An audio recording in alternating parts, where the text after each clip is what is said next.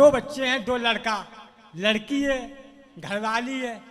मैं कहीं पूजा के वास्ते करना चाहता हूँ, तो वो मैं कुछ कहना चाहता हूँ। ऐसा आज मांस मंदरा की सुसान जो है, बदबू, जहाँ मैं पूजा करता हूँ, जहाँ मेरा आसन है, मुझे आना नहीं चाहिए। इसको एक कहीं हटाओ, इसको खाना पीना ख़त्म कर दो, इसको बंद कर दो।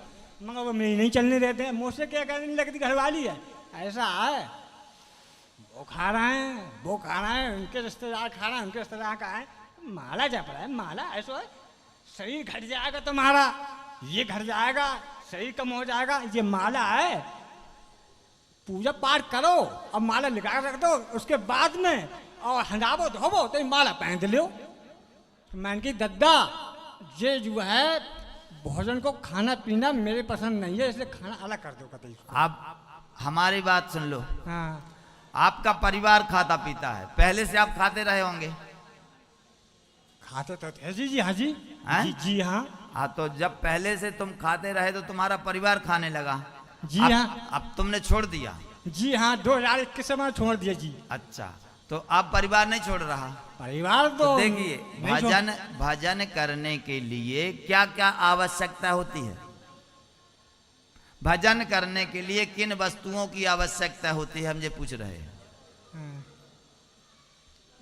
वो तो नहीं मैं तो भजन एक घंटे बैठ के करता हूँ अपने कमरे में। देखिए भजन, हमारे प्रश्न का केवल उत्तर दीजिए।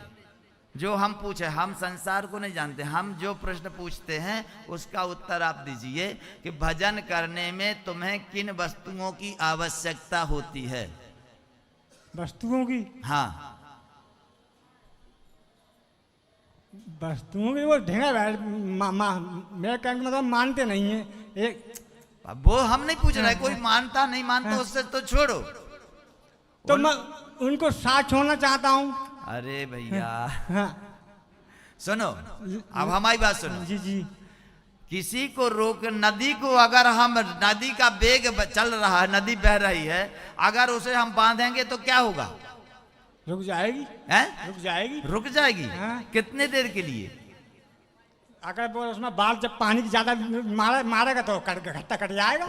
अरे पानी बढ़ेगा, जब बांधेंगे तो, बांध बनाएंगे तो पानी बढ़ेगा नहीं? हाँ, बढ़ेगा ना? हाँ, बढ़ेगा पानी। हाँ, तो रुकेगा नहीं? हाँ, नहीं रुकेगा नहीं, बढ़ेगा। हाँ, बढ़ेगा। हाँ, इसी प्रकार किसी की भी मनोकामनाओं को, इसकी वृत्ति को रोकने के लिए अगर उसमें अपन रुकावट लगाते हैं तो नदी की तरह उसका उफान आता है। जैसे आपने लड़कों को या पत्नी की या उनकी भावनाओं के ऊपर रुकावट लगाई तो रुकेंगे नहीं।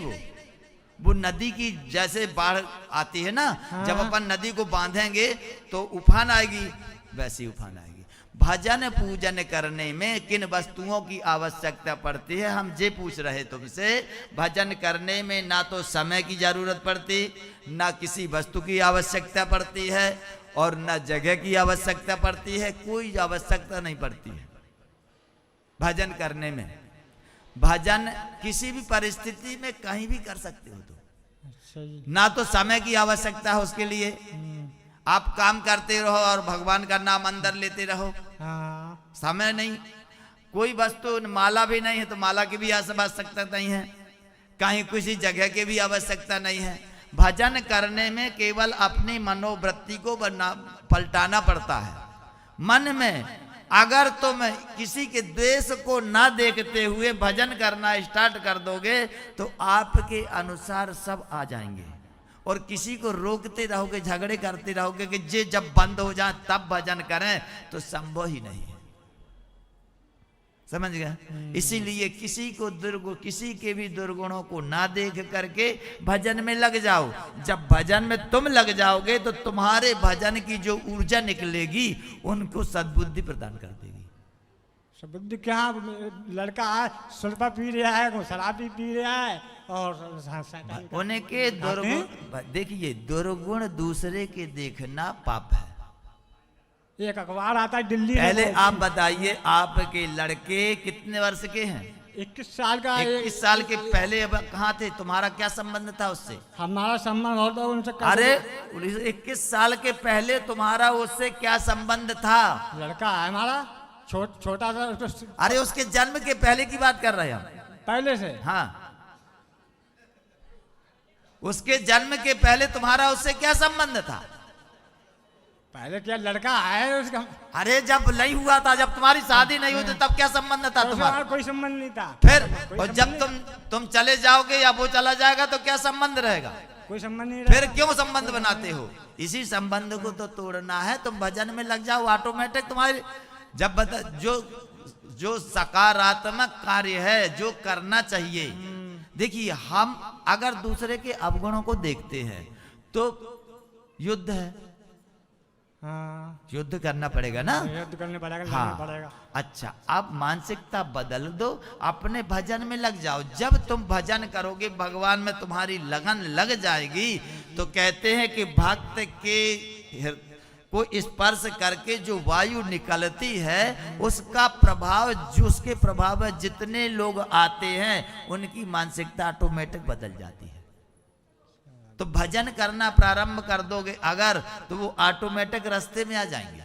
और तुम्हें अगर रोज डांटोगे तो नहीं आ पाएंगे। हाँ, भजन उनसे भी कहो, कथा सुने, अच्छी चीजें सुने, तो दिमाग पलटेगा। अब तुम्हारा जैसे तुम मान लो डांटोगे, मारोगे या मना करोगे, उसकी जगह उनसे बोलो कथा श्रवण करें। टीवी पे उनसे कहीं कथा देखो, इन लेके आए, वो उधर लेटता था, ये पड़ी इधर लेट जा दो लड़का, लड़की तो और घरवाली खास देखती रहती, साथ में आए कथा यहाँ भागवत। भगवान का भजन करो, सबसे उत्तम काम है। स्वयं भजन करने लगो तो उसका प्रभाव पड़ता है।